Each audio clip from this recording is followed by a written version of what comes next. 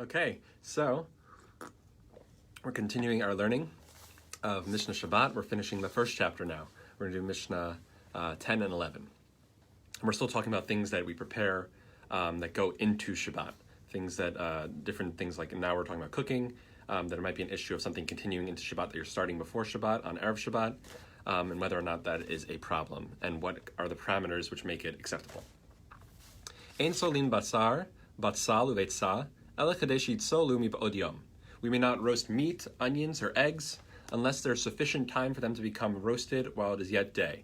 So it needs to be a certain majority or a certain sufficient amount cooked through before Shabbat actually comes in, if you're going to leave it there in that place and have it go on its own. What we're concerned about, the concern that we're going to be dealing with, I think, for both of these mishnayot, what we're learning now, is whether or not you're going to rake the coals. You're going to stoke the coals because you want it to cook faster. That's the concern. So if it's cooked sufficiently enough, then we're less concerned of someone saying, oh, I needed to speed up. I want it to cook a little bit more on Shabbat, so I'm going to move the coals. I'm going to do something that's forbidden in order to make the cooking happen quicker. So we're trying to create a situation in which we don't have to be concerned about that. Okay, continuing. Ein notnin pat latanor im chashecha velo charara al gabe gechalim, ela kadei sheyikremu faneha miba'od yom. We may not place bread in the oven near nightfall, nor a cake upon coals, unless there is sufficient time for its upper surface to form a crust while it is yet day. So it's a specific kind of oven they're dealing with here, the ovens of their time, which would be you put the bread directly onto the side of the oven.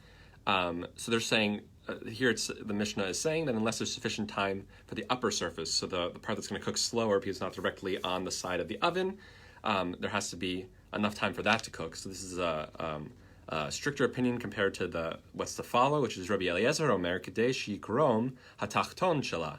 Rabbi Eliezer says sufficient time for its bottom surface to form a crust. So that's more lenient because it's saying that the part that's directly on the oven that's going to get crisp quicker, that has to have enough time to be done, which is less amount of time than for the top part of it to get done, which is not directly on the heated side. Okay, number 11.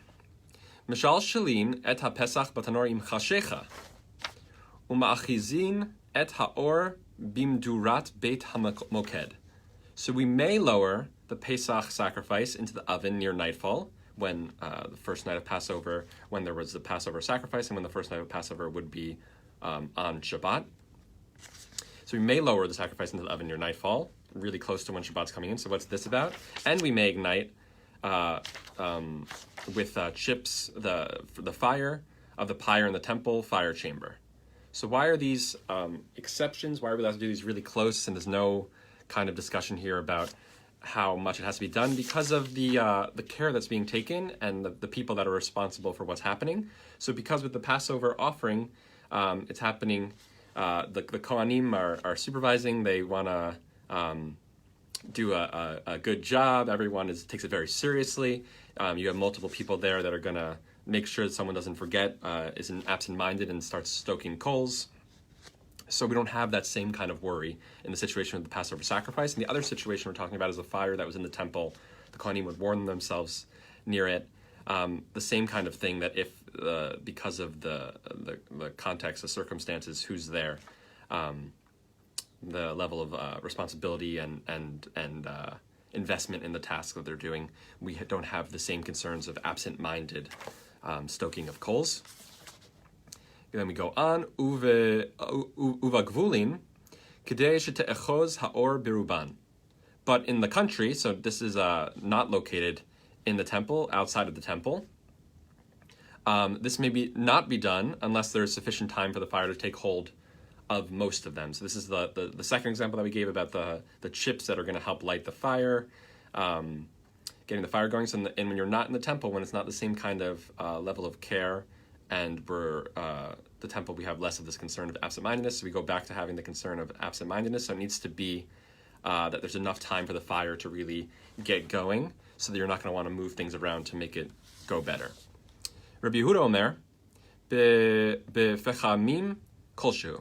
Rabbi Yehuda says with charcoal, it is permitted as long as there's sufficient time for the fire to take hold, any amount, because charcoal, as opposed to this wood fire that we're using these chips to light, charcoal is gonna, once a little bit takes hold, it'll catch more. We're not so worried in that specific case of just making a fire for warmth. That we're going to come to move things around, try to get the fire going bigger, because it's already going to kind of catch on its own. Good. Okay, so that's the end of chapter 1. Next week we'll continue with the second chapter of Mishnah Shabbos. And until then, everyone have a Shana Tova Umetuka, a very happy Rosh Hashanah, and look forward to seeing you next time. Thanks. Bye.